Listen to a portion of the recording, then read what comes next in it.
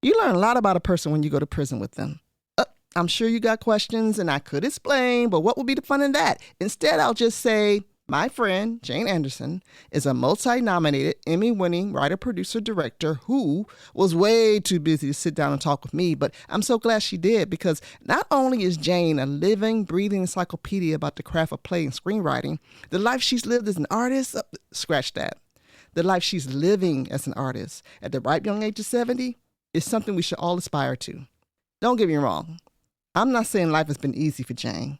A queer woman trying to forge her path in a straight world is hard enough today, let alone in the 1970s. But through her highs and lows, Jane clung to her words, and in our convo she shared how her father's belief in her empowered her to believe in herself. How the Challenger explosion propelled her to become a playwright. And why she apologized for being a dumb white woman. Hey, she said it, not me. Enjoy two friends talking honestly about Hollywood, race, and craft, fam. After you experience our conversation and Jane's work in progress, you'll be inspired to find a way to serve, to help others and yourself. You'll know how to use the superpower of subtext as a playwright and screenwriter. And you'll question if X-Files and the Ku Klux Klan have anything in common.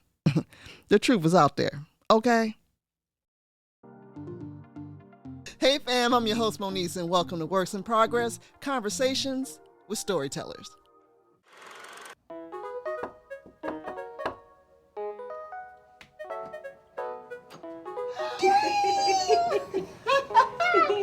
Oh, so good to see you.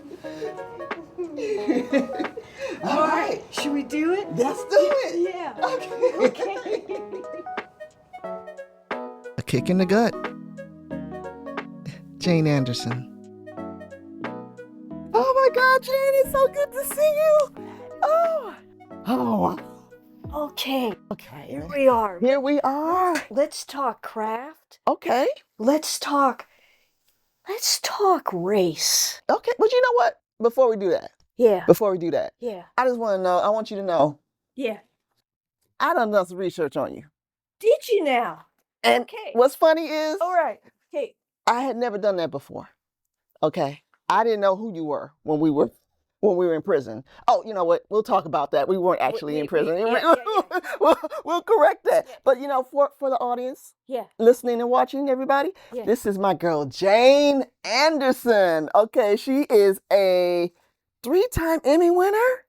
2. Technically, I have 3 Emmys. Okay. Because one was for producing. I got 2 one night. Okay. 2 one night. It was like if people like have 2 drinks in their hand. Yeah. 2-fisted. So so after the Emmys, I could walk around 2-fisting the Emmys, and they're heavy. Are they? And they're pointy. Where do you have them in your house? Do you have them up anywhere? Yeah, they're. You got them in the closet somewhere, Jane? They're not in a closet. They're on a far shelf. Here's the thing. About awards. Okay, talk about it. It's really wonderful the night of. And then maybe your agent sends you, a crappy flower arrangement. Yeah. Because I'm a writer. The actors get really good stuff, but it's thrilling to win. But I've also been in the room several times when you don't win. Yeah, 7 times nominated, right? Yeah. Okay. So everybody who watches Emmys and the Oscars and all of that, you have to understand by the end of the night, 3/4 of the room is pissed off. Because they've been waiting all night and they know they're not going to win, or? Because they didn't win. Yeah. And it doesn't matter how much you prepare yourself, how mature you are, how involved and how Zen and Buddhist you are. I call it the tyranny of awards season. And I really do hate the season because what it says is the work that you've done is only valuable if first you get nominated and second if you actually win. And that denies what our work is really about. Right. And our job as artists and writers and filmmakers and Mm-hmm. playwrights Mm-hmm. is to create work that moves people Mm-hmm. and expresses something important. When award season comes around, there are the snubs, and suddenly everyone's the most popular, and it undermines the work. Well, is that why you're a multi-genre artist? Is that why you do playwriting and then TV writing and a documentary? I mean, do you do that so that you can just get your stories out, or Yes. yeah, yeah, Yes, and it's kind of like visual artists. yeah, The great visual artists worked in sculpting, painting, printmaking. yeah.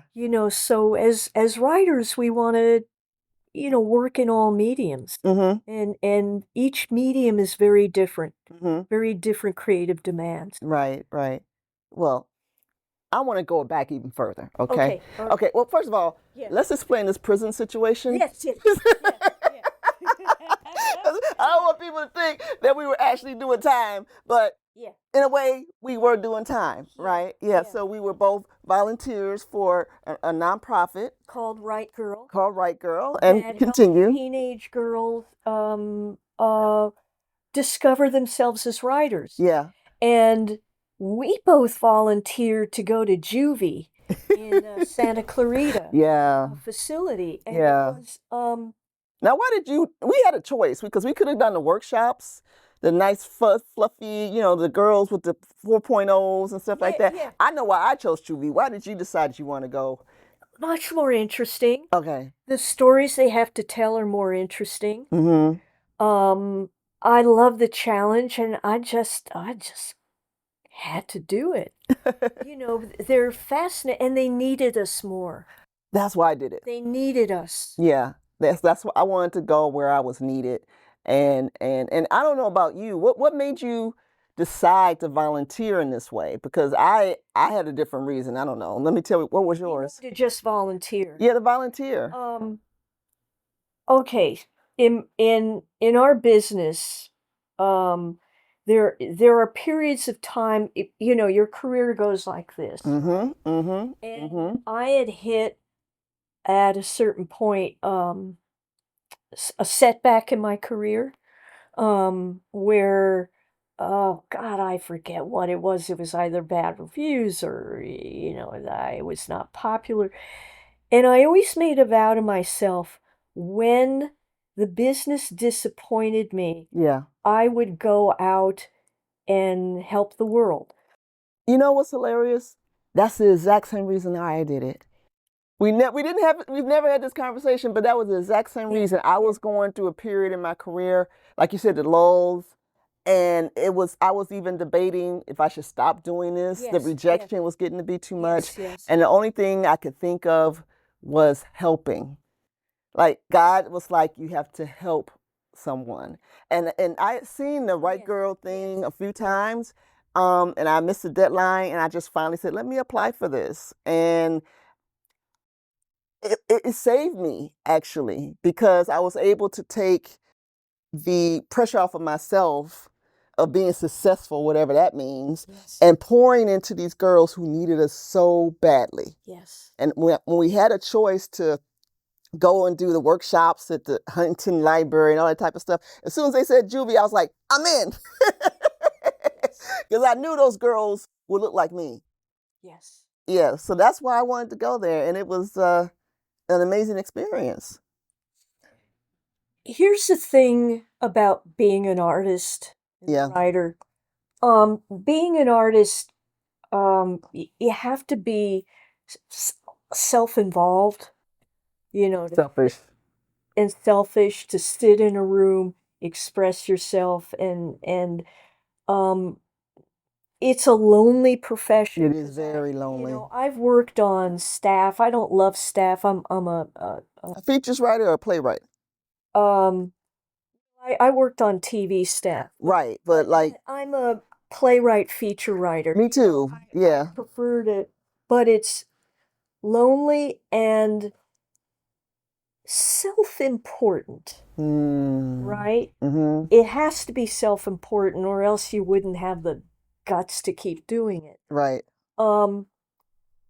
When you start going, oh, poor me, they didn't buy my script, or I'm getting these crazy notes, or the studio didn't support my film, it's so minor compared to what real human beings I know. I have to keep reminding myself that this is not real life. No. What we do is not reality. People have real problems, Yes. and we get to make up stuff for a living. Yeah. And we have to, but you can get so bogged down in the awards and the success and all that stuff, like you said. As we all know, Hollywood is high school. It is. It's high school, and so you get caught up in oh, I'm not sitting at the table with the popular kids, Right. and so that's why balancing an arts career with a social, with a giving career is very, very important. It makes your writing better. It makes you a better human being. And it helps you psychologically. Yes, it does. It does. Yeah. It really is. So there's this whole thing about the well-being of artists in our community. People are talking more about depression and all those type of things. Yes. But as artists, because we're empaths and we're creatives, Yes. we have to have, like you said, that giving part of what we're doing, because otherwise we just go down this deep dark hole We'll of self-destruct. Yeah. We'll eat our own. Eat our own soul. Exactly. Exactly. We don't want that. So that's funny. We never talked about it, but we were in the same space. Yes. Now I'm going back even further. Yes. Jane, little girl, Cali girl. You're from Cali, right?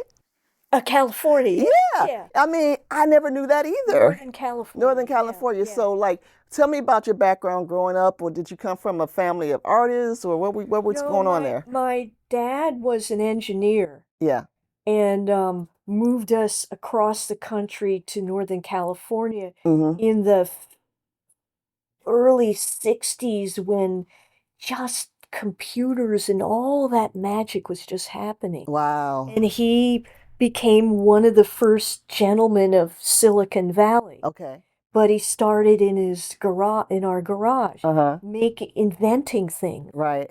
So and some of his inventions didn't work, or they were great inventions, but they didn't take off. Yeah. And I think I learned from him of never giving up. In fact, he once sent me, I was an actor for a long time. And that's even worse than being a writer, because you're always auditioning. And I was very discouraged. And I was living in New York City, and he sent me a letter.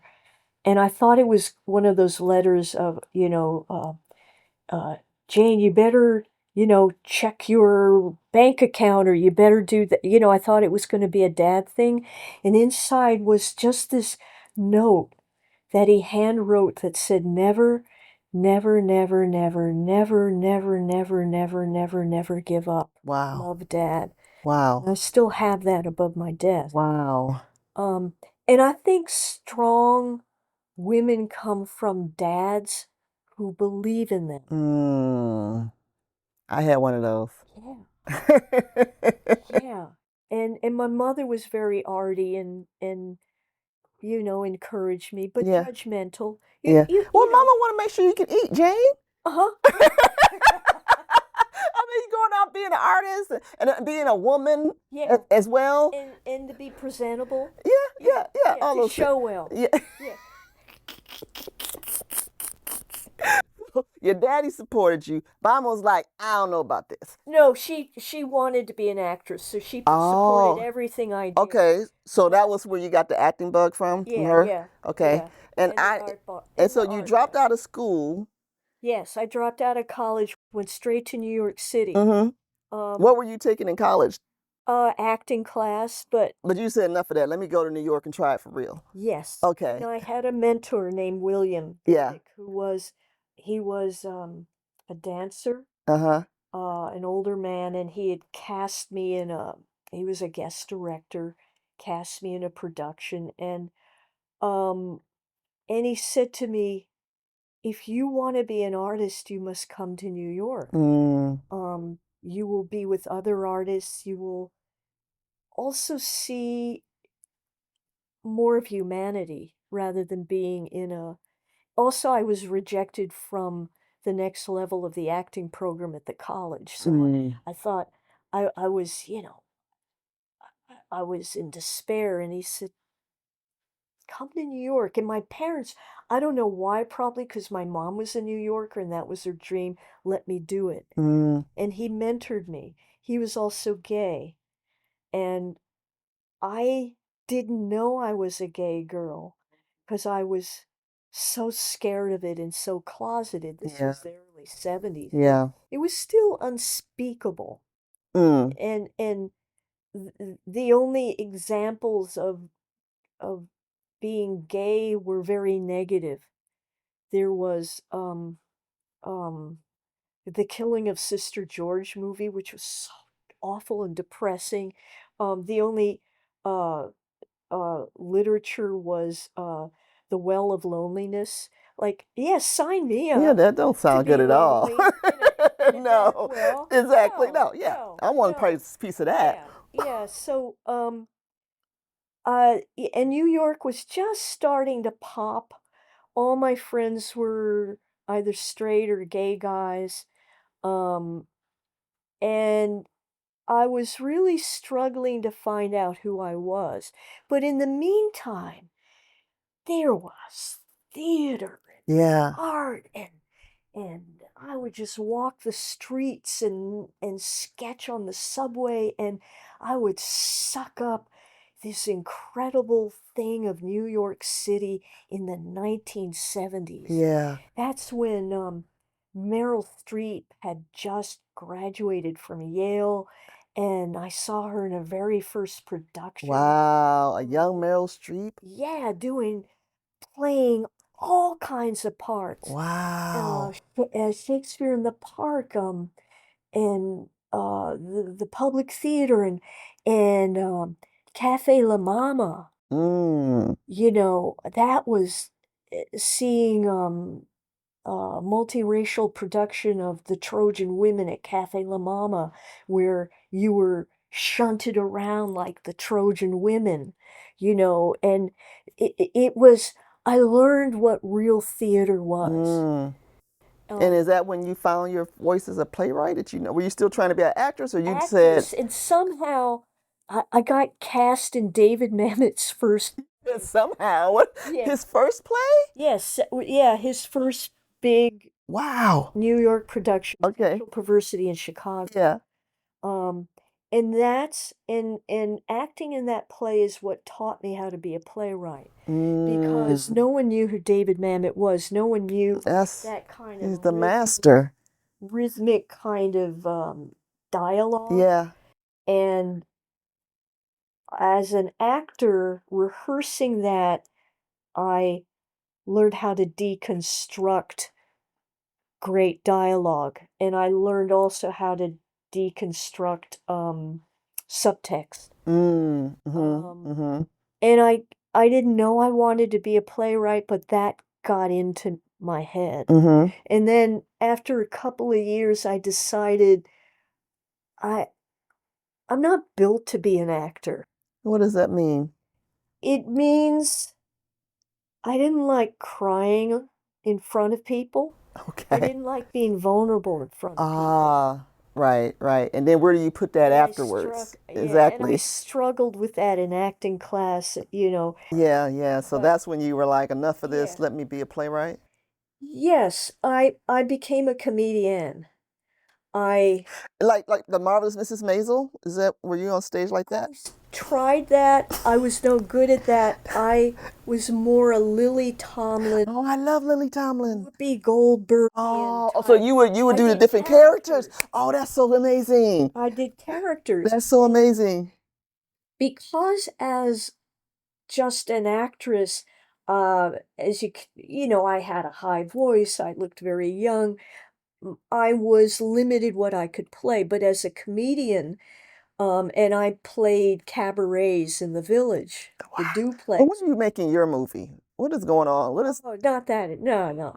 But No, you're telling me all this stuff. This is yeah, amazing. but this this will later go into a really deep conversation Yeah. about what can as a white writer, what can I now write? Yeah. But as a comedian, and just I had this imagination, I played an old Jewish guy. I played a aging Russian ballerina. I played a hippie girl. I played a sperm donor. Um, I played Mona Lisa. I played Shirley of, I created Shirley of Nazareth, Jesus's little sister. Shirley. Shirley of Nazareth, a resentful little sister, right? But that whole period of time, I got to play with my imagination and perform my imagination. Mm-hmm. And then, um, I won't go through the whole thing. I ended up here in LA, because I was brought out with a show, but I kept trying to push myself as a comedian playing more and more extreme characters that would be extreme for me. Mm-hmm. And I hit a wall. I was interested in this was in the maybe late 80s, early 90s, before there was any real um, awareness of Mm-hmm. trans women. Right. And I got interested in men who felt they were stuck in the wrong body. And I started writing uh, this kind of character. Um, and I tried to play him, her, and I realized I just couldn't do it. And that started becoming a play, which eventually was Looking for Normal, and it got produced at the Geffen Playhouse. Right. And then HBO, Colin Collender at HBO saw the play and he said, Jane, would you like to write and direct this as a film? Mm. And that became Normal with Jessica Lange and Tom Yeah. Wilkinson. So, and then also I became a playwright when the Challenger blew up. And I'd come to LA and I wanted a real writing job, and I got like a day job, acting job on the Facts of I Life. saw that and I geeked out for a little bit. Yeah, yeah, the Facts of Life. Yeah. And I had my spec scripts Yeah. for other shows. Yeah. And when I was done, I went to the producer. I said, I kind of lied. I said, I really love your show. I really didn't, but I said, you know, I I'm a writer. Yeah. And they read my spec script, and that week they had just lost two of their female writers. Oh, wow. So they hired me. Wow. And that was my first writing job. And what really pushed me into playwriting and film and more serious work, um, I was getting ready for work to go to work there one morning, and I Yeah. was watching the takeoff of the Challenger. And I love space, and I was so intrigued by this goofy teacher. She was so great and Yeah. ordinary. She won the lottery. She's got to go into space. And I watched the Challenger blow up Yeah. in front of my eyes Yeah. live. Yeah. And that's when I thought, A, I have to write about this, and two, life is too short Mm-hmm. to be working in with these people who offend me every day I go in there. Right. Like there's got to be something better I can be doing with my life. Yes, My purpose. purpose. Yeah. So I started writing a monologue for, I was intrigued that the teacher left a little girl and a little boy, especially a little girl who was only 3 or 4 and didn't get it. So I wrote from her point of view, and then I started adding more, and that became my very first play, Defying Gravity. And that since made it to New York and still gets done. But I guess the reason I'm telling these stories to you for your audience and for people who are starting out as writers, follow your moral gut when you write. We all have to do those hard, crappy jobs. And I'm really glad I was on The Facts of Life, because what it did for me, it taught me how not to be precious about writing. Because you write a scene, you show it to the showrunner, no, try this and this. You throw it out, you write it again. Because I came from New York and I was precious. You were artiste. I was an artiste. And you need that. You need experiences like that to teach you how to be a pro and how to work with other people, how to be able to rewrite in a heartbeat. In a heartbeat, on a dime. Because our first drafts are never good. And that's everybody. Everybody. Everybody's first drafts suck. So that's something else. That's the reason why I want to do this, because talking to people all these different levels and experience and stuff, like we all start with a blank page. So it democratizes everything, whether you have an Oscar or an Emmy, and everybody's first draft sucks. Mine are so bad. And the wonderful thing about being a writer and working alone, no one has to see it. When I'm in rehearsal with actors for one of my plays, I realize those poor actors have to make their first draft mistakes in front of the director and the playwright and the other actors and the stage manager. We get to do ours privately. Well, thank you so much for sharing all those stories, because it tells your journey. Your dad telling you never to give up, and you're doing all these different things, and you're hitting these walls, and it's like a ping pong. You're just ponging over here and doing all this, but it all comes together. You've written in genres. You've written as a playwright. You've written as a TV staff writer, as a filmmaker. I mean, how do all those different genres feed on each other or help each other? They do. They just develop your craft. Okay. It's all about craft. And the craft of playwriting, I will begin a play off of just an idea or start writing a monologue, kind of like a poet just starts off of imagery. A screenplay, I always do multiple outlines. Because screenplays are architecture. And it's not a lot of real estate. You really got to know where you're going. There's no wandering in a screenplay. You cannot wander. No. And I did try writing one without an outline. And it was a horrible experience, I'm sure.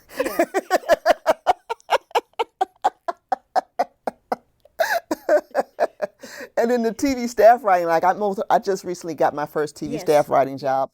And I come from you as a playwright, as a poet, as a novelist. I'm used to doing everything myself. So being part of a group and having to be part of the think tank and to talk your ideas out loud was such a major learning curve for me. Did you like it? No, not really. Not particularly. But I understood why it's necessary. Because TV is like factory work. You got to get the script out. Like you said, you cannot be precious about the words because you tell showrunners, I don't like that. Okay, let me come up with something else. So it taught me how to pitch constantly. Pitch your idea for your episode. Yes, and then to not be precious. Don't take it personally. Yes. Always have another idea ready to go, 2 or 3 ready to go, Yes. and how to write very, very quickly. So it's made me a better screenwriter and a better novelist because now I know I can write really fast. Yes. And the first draft is going to suck. So don't worry about that part. Exactly. Exactly. Yeah. And we're not built for that, for staff writing. Some people are, and I think they're brilliant. They're brilliant at and that. they can come up immediate. They can punch something up, and the staff writers I know feed off of the communal energy. Yes. And that's incredible. So hats off to them. Yeah. I mean, it's definitely a skill set. It's definitely something to be applauded. The people who are really good at it, they're amazing. Yeah. Yeah. And as a writer, you find out which kind of writer you are. Yeah. Yeah. And once you find that out, just go for it. Just go for it. Yeah. Just go for it. So now, Yes. let's talk about race. Okay. I wanted to let my people know who you were and your experience so that they would have context for the conversation that we're going to get into that's really deep. Yes. Yeah, so. Well, so I was saying to you before. Yeah. When did we first meet? It was 10, 12 years ago? It was more than, it was, let me see, it's easily 12. It might be 13. It's been over a decade for sure. Yes. It's been over a decade, and I remember when we would work together or we'd take these wonderful hikes with all the group. And shout out to the van. Yeah. Shout out to everybody. And it was still a time when nice, liberal, white ladies like me didn't get it. And what kept us from really getting it was because we were so damn proud that we were liberal. Yeah. And don't have a racist bone in our body, but the cluelessness I remember that I had, and I think it was culturally with Black Lives Matter, and finally the greater white culture was finally being taken by the scruff of the neck and said, listen up. So I even said to you when I apologize for all the white don't white women stuff you said. Yeah. So I remember we were talking about way back then. Yeah. Detroit, which was directed by Catherine Bigelow. And it just come out, and I said, oh yeah, I thought it was a really good movie. What did you think? And you said, yeah.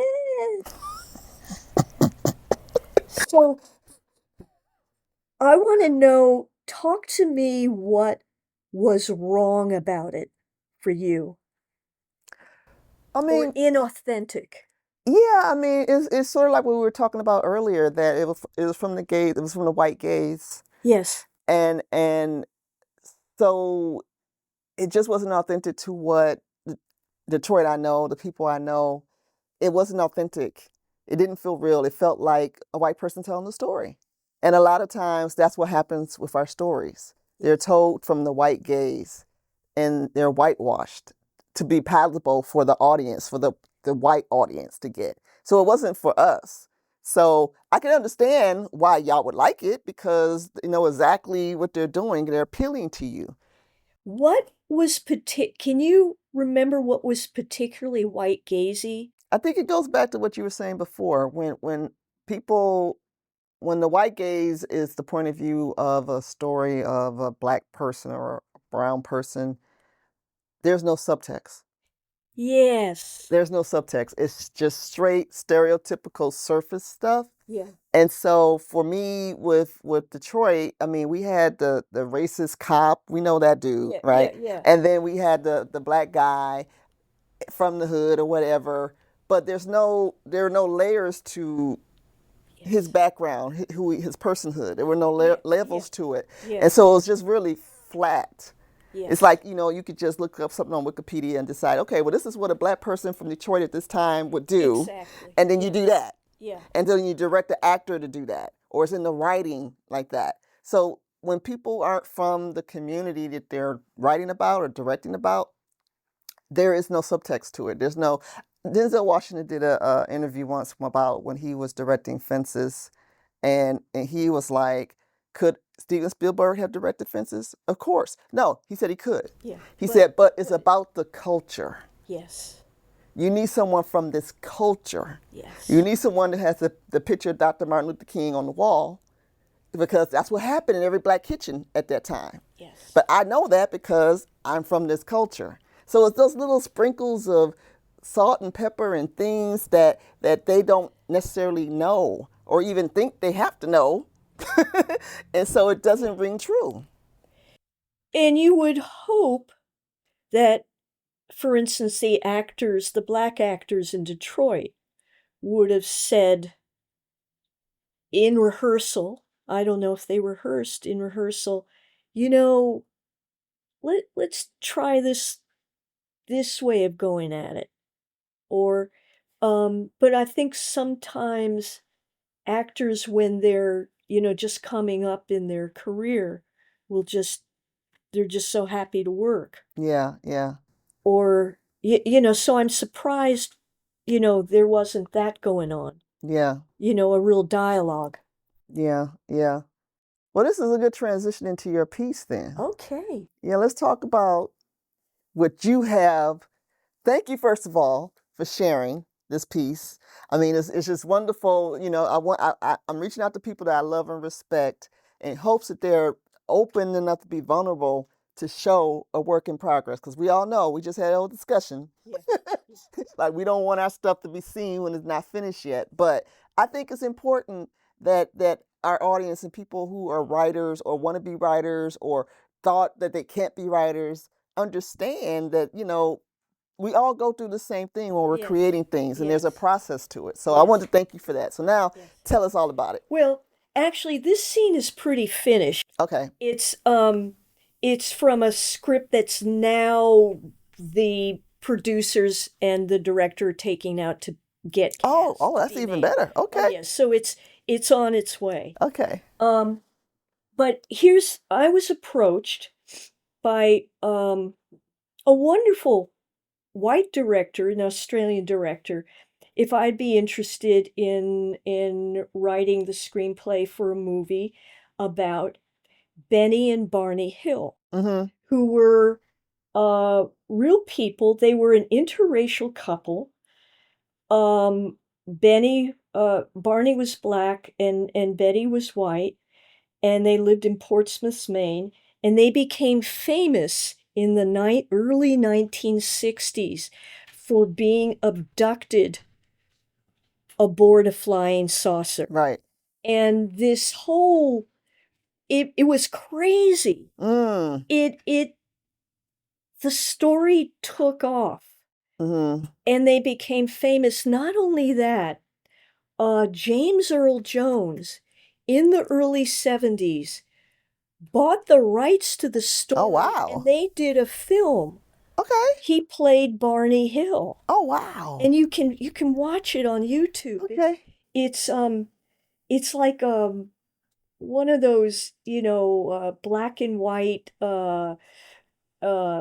films you see on, television playhouse. Yeah. PBS situation. Yeah. And so I started researching and just reading everything about them, and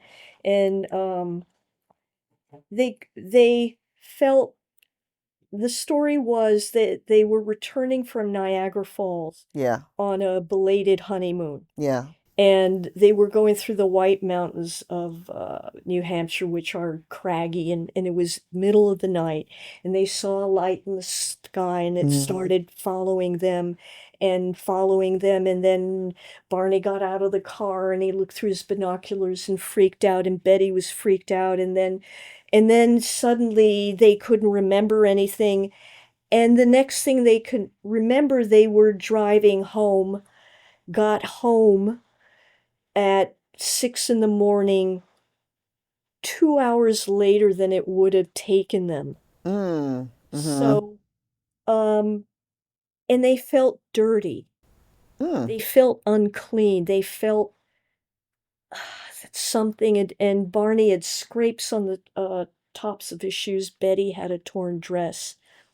So, what started happening? Betty started having dreams about being abducted on the flying saucer. Mm. And her dreams were so clear and vivid and repetitive. She was convinced by a couple of people that this could be repressed memory. So she Mm. started Creating. creating this. I said to everybody after I went through all this, I said, you know what? This really is a metaphor about racism. And Yeah. I suspect Mm-hmm. that they were actually stopped on the road Mm-hmm. in the middle of the night, and the unspeakable was done to them because they had stopped at a coffee shop in the middle of the night, white people there. Mm-hmm. I think my theory for writing the screenplay is this actually happened, and it's much more tenable to believe that they were abducted by a flying saucer. And Betty, being white, as she kept retelling the story, they became friendlier and friendlier. And Barney, Was internalizing all of. So were you able to channel your own white woman cluelessness? yes, yes. Okay. Um, One of them, I actually read that Betty and Barney said that when they were driving through the White Mountains, they stopped for coffee, and they were being served by a light-skinned black woman, and Barney she wouldn't talk to Barney, and Barney kept saying, she won't talk to me because I'm black and they're white people. And Betty actually said, oh, Barney, quit being paranoid. Yeah. She's just a tired waitress. She would do this because she wanted him to feel comfortable. And that's, I think, what a white spouse, white friends do. And when I remember those years ago, we were taking a hike up Yeah. through Griffith Park, Yeah.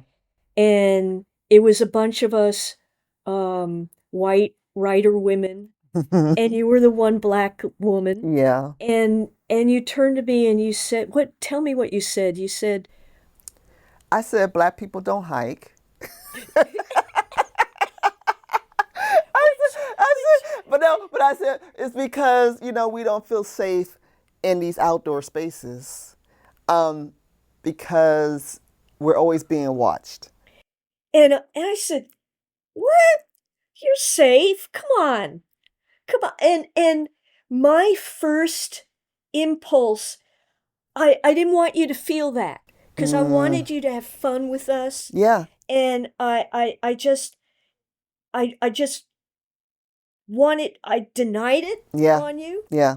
you know, and and I apologize for that because I was being a stupid, clueless white woman, and so I remembered that moment as I Mm, wrote Betty, wow. and actually, the scene Yeah. you're gonna play, Yeah.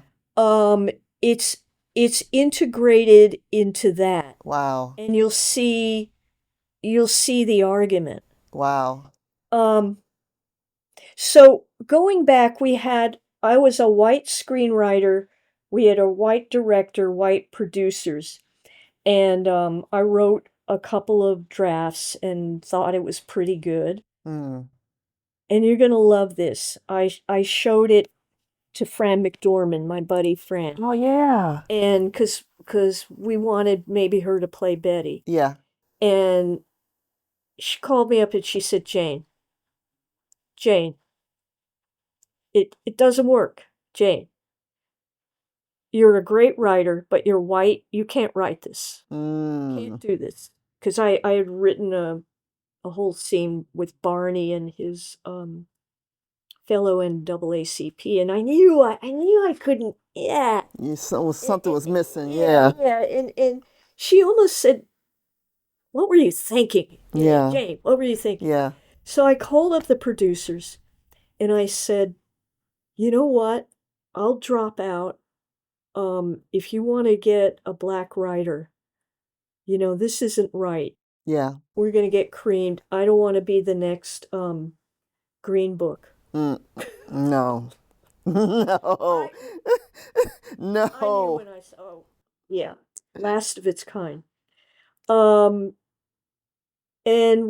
everybody talked, and they decided to keep me and hire and find a great black director who could guide the project. And they found Roger Ross Williams, who's I urge everybody to look him up and watch his documentaries. Right. They're fabulous. Right.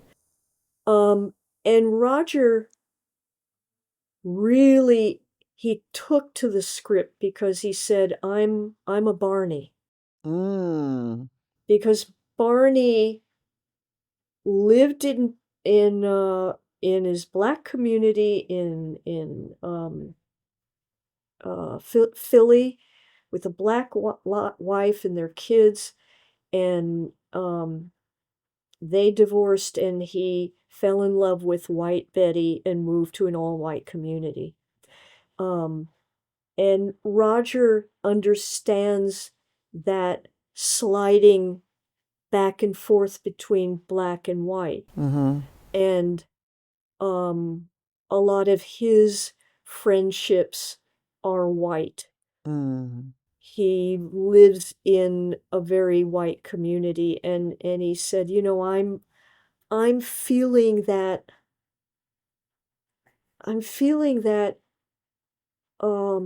isolation, almost guilt, almost, what am I doing? Right.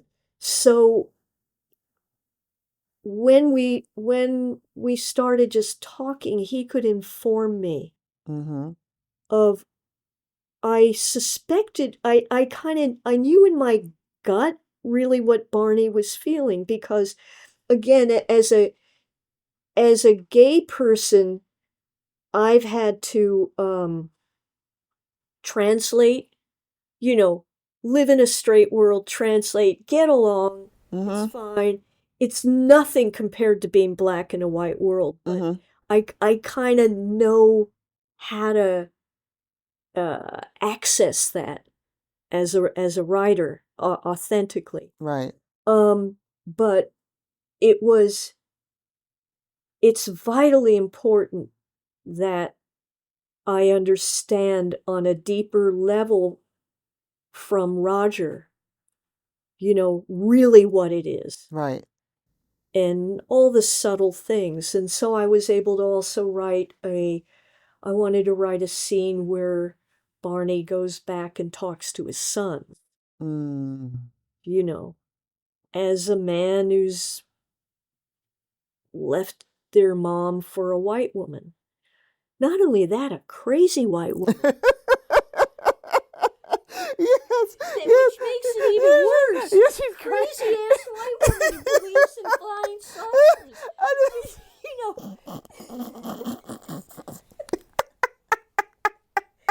Exactly. Isn't that great? Yeah. Well, let's take a look at it. Yeah. And see what our wonderful actors did. Interior, New York hotel room, early evening.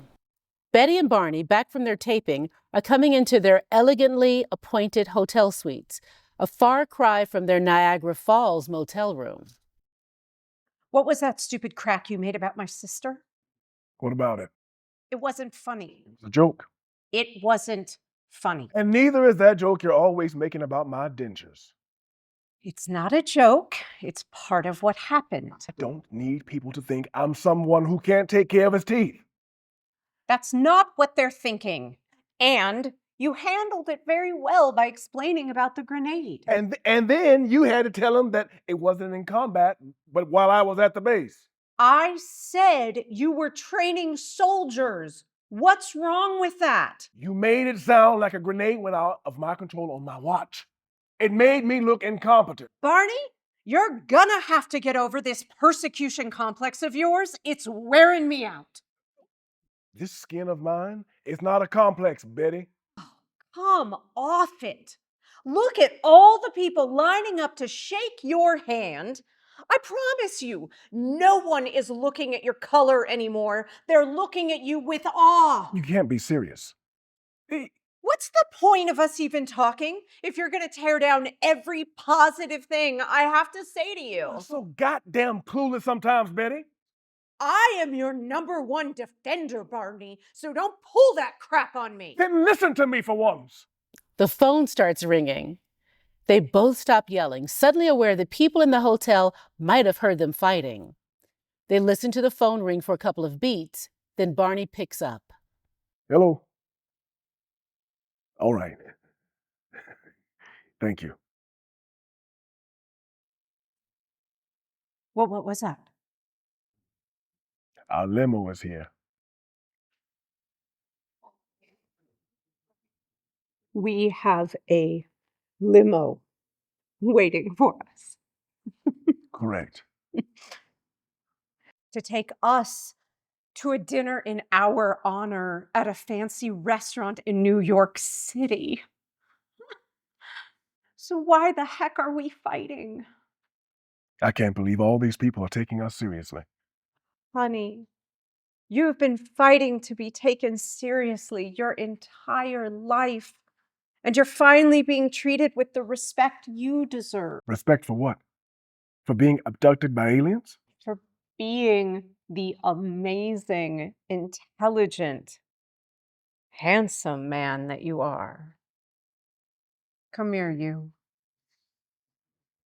Betty and Barney kiss and make up. Then Betty straightens his tie for him. You are something, Barney Hill. Oh, really, really interesting. I see at the end of that scene, I didn't quite put in the stage directions when they're done fighting, because, you know, the fights really gets heated and it's very deep.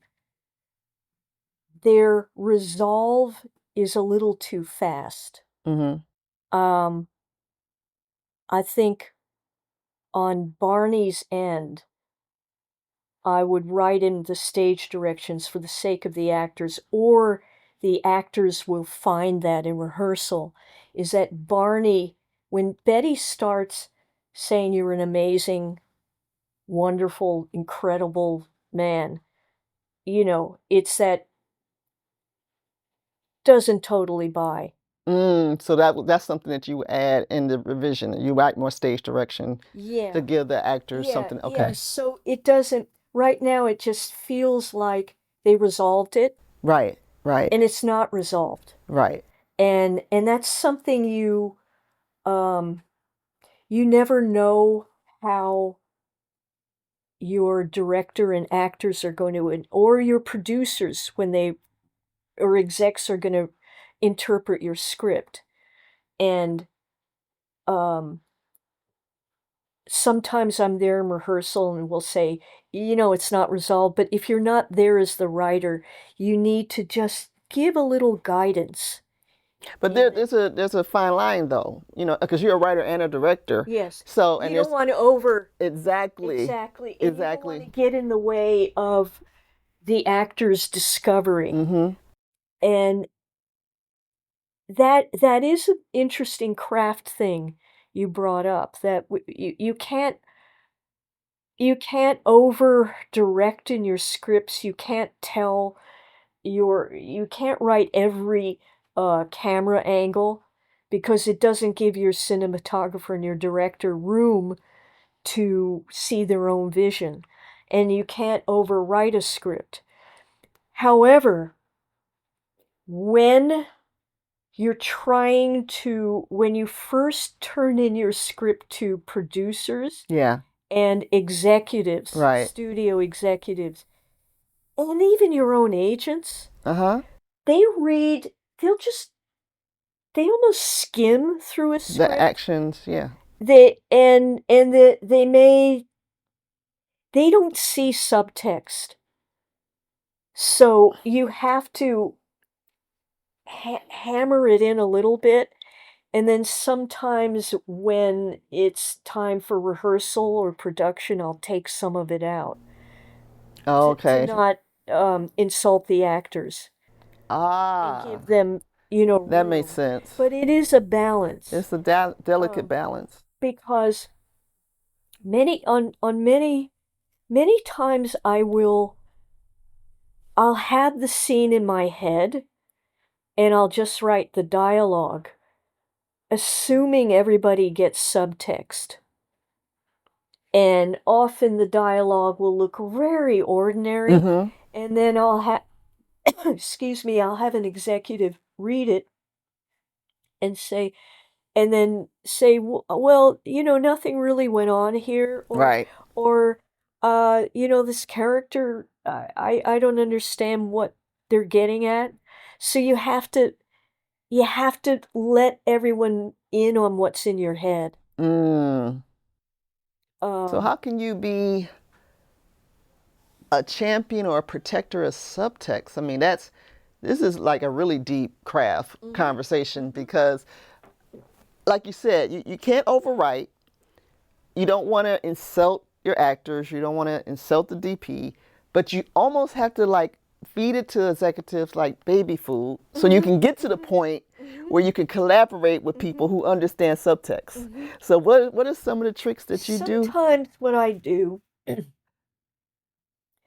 often I use point of view, Okay. and point of view is in the directions, I'll say, from Barney's point of view. Mm-hmm. He sees some white hoods and black leather jackets looking up at him. And that, in a way, is a camera direction, Mm-hmm. but it's an emotional direction, Mm. because good camera work is just taking the audience through the psychology of a scene. Mm-hmm. So you'll notice, a film there will be a cut of a close up of, a hand, a Mm-hmm. nervous hand, and you can write that kind of stuff into the script without it's like tracking left, right to Not like that. You would just say, and yeah. Jane taps her hand nervously. Yeah. Yeah. Or if you want to, if if that character is alone, Mm-hmm. or if it's a scene between two people and the other person notices the tapping, because that says something about the dynamic. Mm-hmm. Mm-hmm. And then for actors, I'll often I'll often write stage directions if I really want to explain what the scene is about and what's really going on. I'll get a little novelistic with my stage Mm-hmm. kind of a little poetic, or a little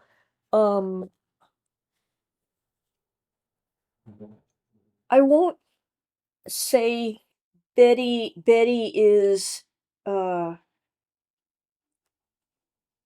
Betty screams crying uh or Betty laughs, because no actor wants to be told they have to cry or laugh. I will write something like, "This is a kick in Betty's gut."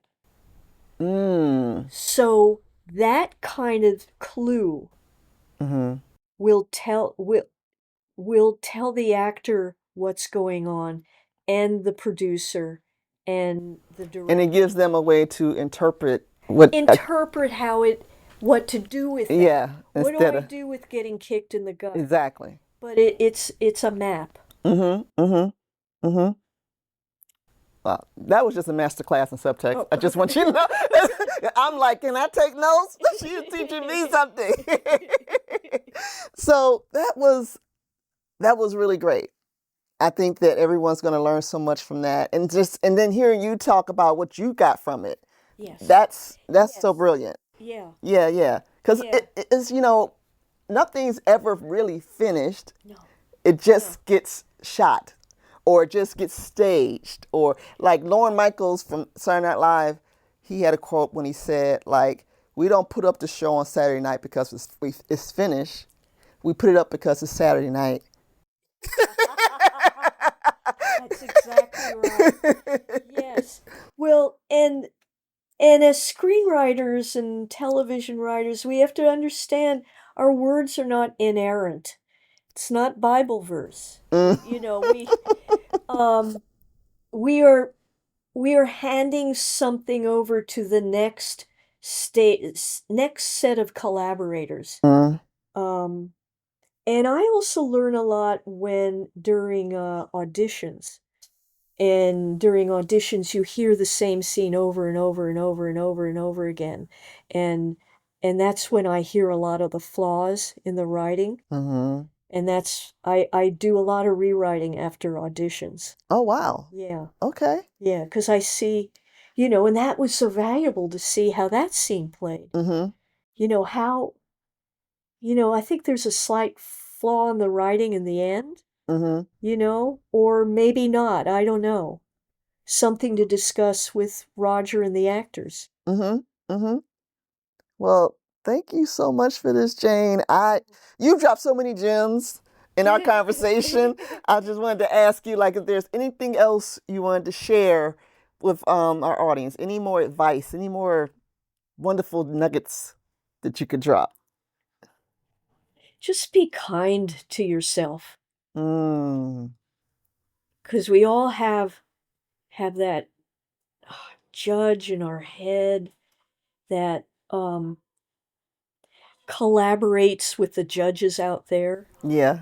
And don't let that judge collaborate with the people who are putting you down. And it can go way back to childhood. Or I always hear, I've gotten some really terrible reviews from New York theater critics. They don't belong in your head while you're writing. And then when you read what we call the crappy first draft, you're going to hate yourself, but be kind to yourself. Read it the way you would read a fellow writer's script, because you would never turn to me, and I would never turn to you and say, what are you, an moron? Right. A moron for writing that scene? That's what we say to we would never do that. We'd say, yeah, I see where you're going with that. It doesn't play yet. Doesn't work. Do that for yourself. Be kind. Be kind. Be kind to yourself. Oh, Jane. Thank you so much. Thank you for having me. I love that we could have these deep, honest conversations. Yeah, it's beautiful. Yes. Yeah. Yes. Yeah. All right. Bam. I hope you enjoyed our conversation. Thank you so much for supporting Works in Progress. See you next time.